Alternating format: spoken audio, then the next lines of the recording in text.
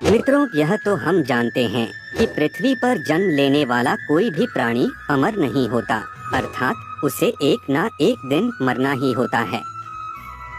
लेकिन क्या आप जानते हैं कि मरने के बाद आत्मा का क्या होता है, या मृत्यु के 24 घंटे के बाद आत्मा अपने घर वापस क्यों आती है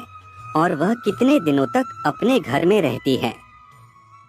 अगर नहीं जानते तो मैं बता दूं कि इन सभी सवालों का जवाब गरुड़ पुराण में विस्तार से बताया गया है। और आज की इस वीडियो में हम आपको यही बताने जा रहे हैं, तो चलिए वीडियो शुरू करते हैं। नमस्कार श्रोताओं, एक बार फिर से आपका हमारे YouTube चैनल में बहुत बहुत स्वागत है। गरुड़ पुराण में बताया गया है, जब किसी की मृत्यु हो जाती है तो यमराज के दूत उसकी आत्मा को अपने साथ यमलोक ले जाते हैं, जहां उसके पुण्य और पाप कर्म का लेखा जोखा किया जाता है, और फिर 24 घंटे के अंदर यमदूत उस प्राणी की आत्मा को वापस उसके घर छोड़ जाते हैं। यमदूत के द्वारा वापस छोड़ जाने के बाद मृतक की आत्मा अपने परिजनों के बीच ही भटकती रहती है और अपने परिजनों को पुकारती रहती है, लेकिन उसकी आवाज कोई नहीं सुनता। यह देख मृतक की आत्मा बेचैन हो जाती है और जोर जोर से चिल्लाने लगती है, तब भी उसकी आवाज को कोई नहीं सुनता। इसके बाद मृतक की आत्मा अपने शरीर में प्रवेश करने की कोशिश करती है, लेकिन यमदूत के पाश में बंधे होने के कारण वह मृत शरीर में प्रवेश नहीं कर पाती है। इसके अलावा गरुड़ पुराण में बताया गया है, किसी की मृत्यु हो जाने पर जब उसके परिजन रोते बिलखते हैं तो यह देख मृत आत्मा दुखी हो जाती है और वह भी रोने लगती है, लेकिन वह कुछ कर नहीं पाती और लाचार होकर अपने जीवन में किए गए कर्मों को याद करके दुखी हो जाती है। गरुड़ पुराण की माने तो जब यमदूत मृतक की आत्मा को उसके परिजनों के बीच छोड़ जाते हैं तो उसके बाद उस आत्मा में इतना बल नहीं रहता कि वह यमलोक की यात्रा तय कर सके। गरुड़ पुराण के अनुसार किसी भी मनुष्य की मृत्यु के बाद जो 10 दिनों तक पिंडदान किया जाता है, उससे उस मृत आत्मा के विभिन्न अंगों की रचना होती है, और फिर 11वें और 12वें दिन जो पिंडदान किया जाता है, उससे उस मृतक आत्मा की शरीर रूपी मांस और त्वचा का निर्माण होता है। और जब 13वें दिन तेरही की जाती है और मृतक के नाम से जो पिंडदान किया जाता है, उससे ही वह यमलोक तक की यात्रा तय करती है। अर्थात मृत्यु के पश्चात 13 दिनों तक जो मृत आत्मा के नाम से पिंडदान किया जाता है, उसी से आत्मा को मृत्यु लोक से यमलोक तक जाने का बल मिलता है। मित्रों, इसलिए गरुड़ पुराण में बताया गया है कि जब किसी मनुष्य की मृत्यु हो जाती है तो उसकी आत्मा 13 दिनों तक अपने परिजनों के बीच भटकती रहती है,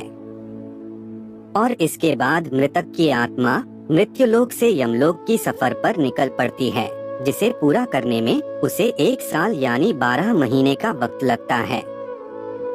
मान्यता के अनुसार 13 दिनों तक किया गया पिंडदान इस 1 वर्ष मृतक की आत्मा के लिए भोजन समान होता है। मित्रों, अब आपके मन में सवाल उठ रहा होगा कि अगर किसी मृत आत्मा के निमित्त पिंडदान नहीं किया गया तो क्या होगा?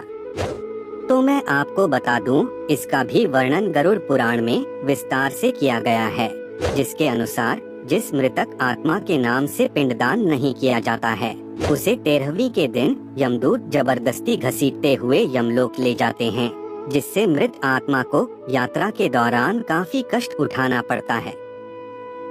इसलिए हिंदू धर्म में हर मृत आत्मा के नियमित 13 दिनों तक पिंडदान किए जाना आवश्यक बताया गया है।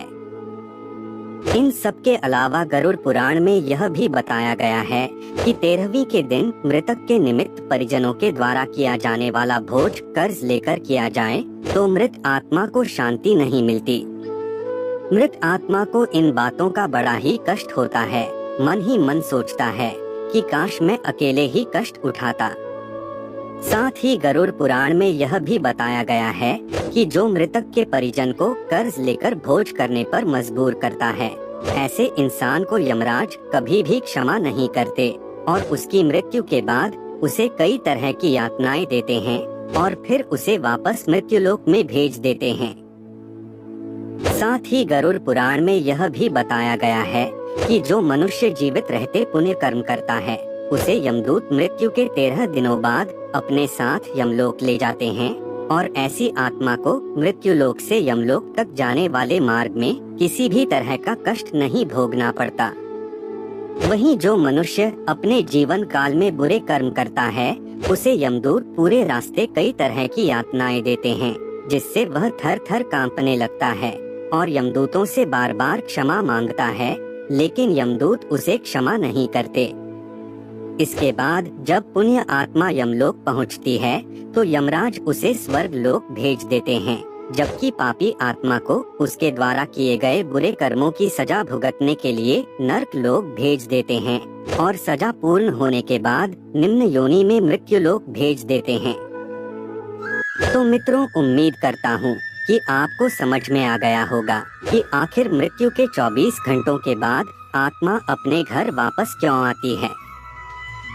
मित्रों, वीडियो अच्छी लगी हो तो लाइक करके हमारे चैनल को सब्सक्राइब कर लीजिए ताकि ऐसे ही सनातन धर्म से जुड़ी जानकारी आप तक पहुंचती रहे। वीडियो पूरा देखने के लिए आपका बहुत बहुत धन्यवाद।